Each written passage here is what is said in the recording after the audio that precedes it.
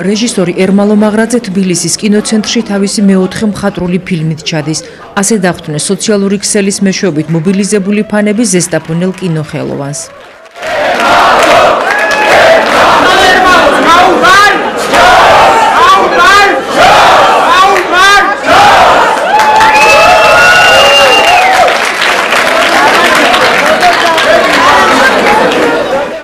მერე ფილმის აპოკალიფსი არ იქნება პრემიერა შედგა და დისკუსიაც გაიმართა.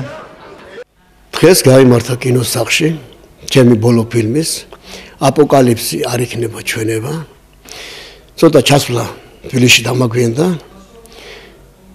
როდესაც მივედი, იქ შეკრებილი ხალხმა მოლოდინს გადააჭარბა.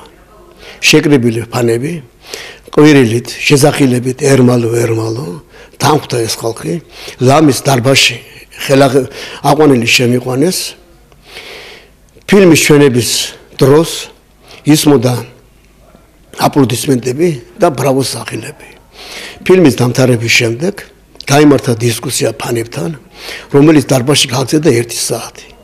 ამის შემდეგ გვიან გამომდა კინოსახლისში კიდევ მიმდინარეობდა დისკუსია. რა მოხდა ახლა? როგორც იქნა ბოლოს და ბოლოს ჩემი შემოქმედება იქნა საჯაროდ აღიარებული. და იქ ფანებმა ასეთ რაღაც მითხრეს.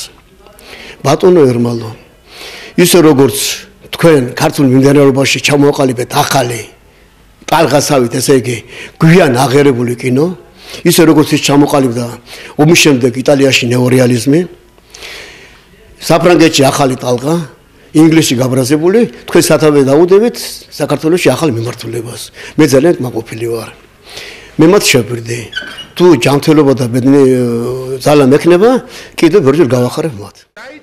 რეჟისორი ახლა ძალების მოსაკრებად ტაიმ-აუტს იღებს. ამასობაში კი ფილმის კომერციულ მხარესაც მოაგვარებს. მოგვიანებით ერმალო მაღრაძე მორიგი კინოსურათისათვის მზადებას დაიწყებს.